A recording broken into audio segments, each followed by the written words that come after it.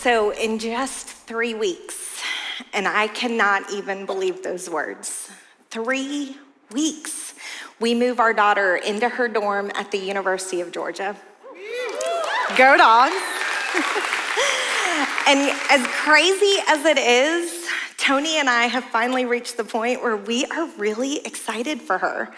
We are excited for all that she's about to experience. But 18 years ago, excitement was not the word I could use to describe how I felt, because I was terrified.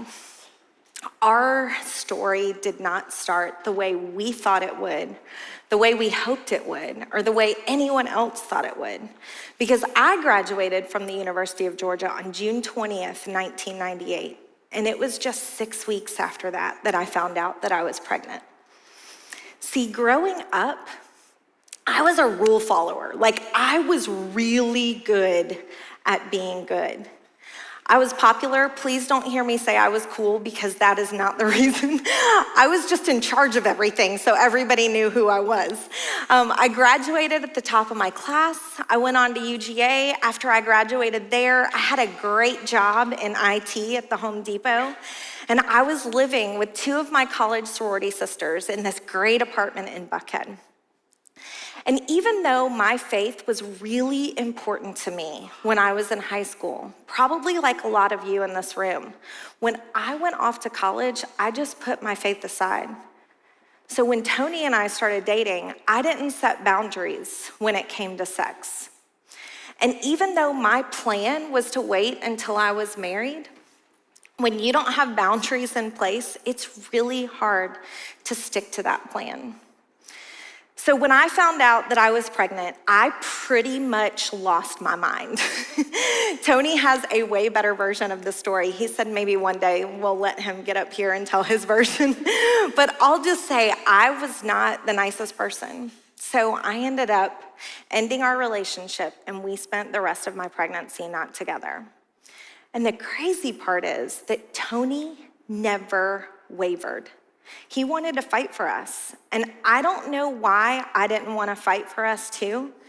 But even after the way I treated him, he never wavered from wanting to have a relationship with his child. He went to childbirth classes with me. He got his very first cell phone so that I could call him when I went into labor. He drove me to the hospital, and he was there when our daughter, Mary Beth, was born. And I'll never forget how I felt in that hospital looking at the most beautiful baby I had ever seen. I mean, is she not? I mean, she's just precious. And I was experiencing a love that I never could articulate or put into words. But I was a terrified single mom who wanted to give her child the world. Tony and I both experienced a love like nothing we had ever experienced. It was unconditional. And even though we weren't together as a couple, we were committed to giving her the best start we could. See, Tony and I both grew up in church, so there were some things that we learned that impacted how we wanted to parent our child. Things like start children off in the way they should go, and even when they are old, they will not depart from it. See, we have to remember that Proverbs is not a list of promises or guarantees. It's wisdom. Just like when you experience something and then you want to help your friend, so you give them a piece of advice, you can't guarantee that if they follow it, everything will work out perfectly. But we can take Solomon's wisdom, and maybe you learned it like I did. Train up your children in the way they should go. Solomon is saying to us, parents, you need to parent with the end in mind. What do you want your child to become? Teach them, train them, model for them, set an anchor so deep that even when they are older, they can only drift so far from the training that you've given them. That's what I wanted for Mary Beth, and that's what Tony wanted for her too. So, fast forward, and Mary Beth is born, and Tony continued to do things that just blew me away. He spent every single day with his daughter. He moved his apartment so that he could live halfway between where Mary Beth and I were living and his work. So he'd get up in the morning, he'd go to work, he would drive past his apartment, and he would come spend time with Mary Beth, even after the way I had treated him. So he was stuck spending time with me too. So he'd stay, he'd hang out until it was time to go to bed, he'd leave, go home, and he'd do the same thing the next day. And I like to think I'm not an idiot. I mean, I realized how incredible this guy was. And so I wanted so desperately for the two of us to get back together, but I couldn't fault him for not being at a place that he could trust me after the way I had treated him. So Mary Beth was 6 weeks old, and Tony and I ended up at dinner together one night, just the two of us. And it was then that he told me that he loved me. And I asked him, why now? And he said words that I'll never forget. He said, I want us to be together because we choose to, not because we feel like we have to. And he had no idea what gift he was giving me for later on in our relationship. So Mary Beth was 15 months old when the two of us got married, and we have lived happily ever after. No, I'm totally kidding, right? Anyone who's married knows that marriage is really hard. And there have been highs and there have been lows. A year and a half after we were married, our son Davis was born. Davis is now 15, and good grief, do I love that boy. Davis loves and he feels deeply. He is hilarious. He's always the life of the party. Is there a picture? Yeah. Good grief, those kids are good looking. Davis gets really embarrassed when I talk about how good looking he is, so he may not be speaking to me the rest of the day, but I love those kids. But being married and having 2 kids brought on new challenges, and there were times in our marriage that we had to fight for it, and we had to choose to love each other. And I'm not sure that we would still be married based on where we were in those early years. But it's one thing that I can pinpoint exactly why we're still together today. 11 and a half years ago, a friend of us invited us to this church, and we're still here. And I tell you that for one reason. It is everything that we have experienced in this church in the last 11 plus years that has impacted every single area of our lives, including how we wanted to train up our children. Because parents, I don't have to tell you, the love you feel for your child, it's just different. It's unconditional. It's not something that I have to try to do or choose to do. It just is. And I think we take that unconditional love and we put our children at the center of our world, and we put them above everything else. But I'm not sure that's what's best for them. I mean, is that really what Solomon is saying when he says to start them off?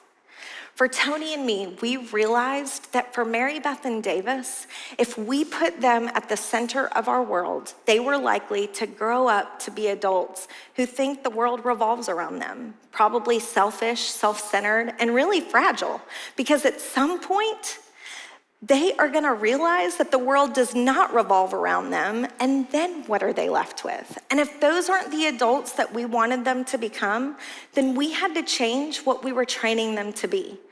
And we realized that even though being parents would be the most important job we would ever have, we could not make our kids the most important thing in our lives. Your most important job cannot be what's most important to you.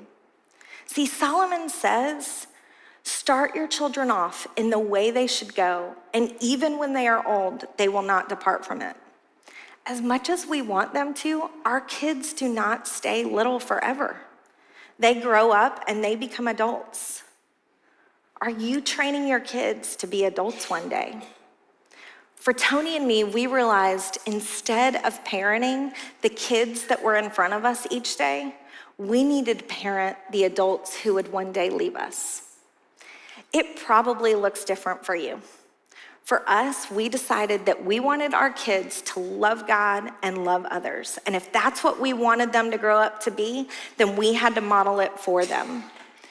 There were a lot of things that we had to change, and what we decided would be best in our way of modeling for them was to model it in our marriage. So we changed the way we talked to and treated each other. We changed how we prioritized our time. We got in a community group. We put on our calendar a date night every single week. It's on there, Friday nights. Every single week we go, or every single year, I wish it was every week. Every year we go on a trip, just the two of us. And our kids, it's actually a running joke in our house because they say we go on better trips without them than we go on with them. But I love that we're showing them what it looks like to prioritize our marriage. And see, there's other things that we want for our kids too. We want them to be wise with their money. We want our kids to be generous with their time. We want our kids to trust God no matter what. So we have to ask ourselves, how do they see us managing our finances? How do our kids see us loving and serving others? How do our kids see us trusting God when life is going great or when it just hits you in the face? We have to ask ourselves as parents, am I becoming the person I want my child to become?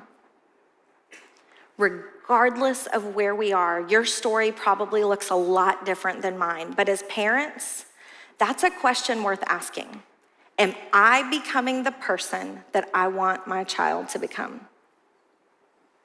In 3 weeks, we move our child into a dorm at UGA, and I have to leave her there. And I have to look at her and own the example that I have set for her of what it looks like to be an adult. And if I could go back 18 years and talk to that terrified mom who wanted to give her child the world, I would say, you are going to be tempted to put her above everything else, but you need to fight it with everything you've got. Prioritize adult Mary Beth over the child you see in front of you each day. She's gonna watch you and she's gonna follow your lead, so you have got to set an example worth following. So instead of parenting the child in front of you, parent the adult who will one day leave you. Parents, did you get that? I really think that's what Solomon is saying when he says to start your children off, and even when they are old, they will not depart from it. Instead of parenting the child in front of you, parent the adult who will one day leave you. For Tony and me, we thought that was pretty good to know.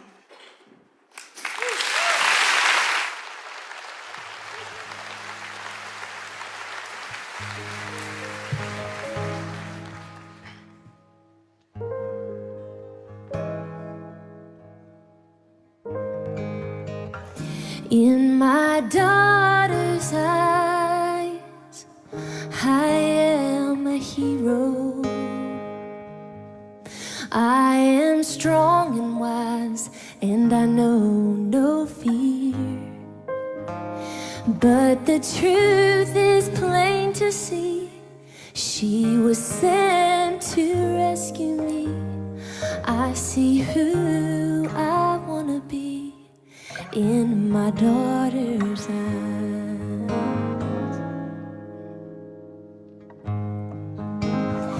In my daughter's eyes, everyone is equal, and darkness turns to light, and the world is at peace. This miracle God gave to me gives me strength when I am weak. I find reason to believe in my daughter's eyes. And when she wraps her hand around my finger, it always brings a smile to my heart. Everything becomes a little clearer. I realize what life is all about. It's hanging on when your heart has had enough. It's giving more when you feel like giving up. I've seen the light in my daughter's eyes.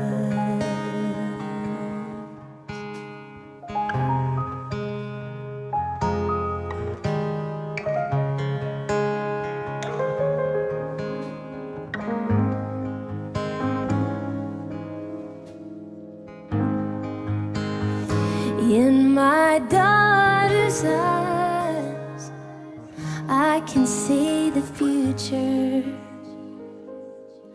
a reflection of who I am and what will be. And though she'll grow and someday leave and maybe raise a family, when I'm gone, I hope you see how happy she made me. For I'll be there in my daughter's eyes.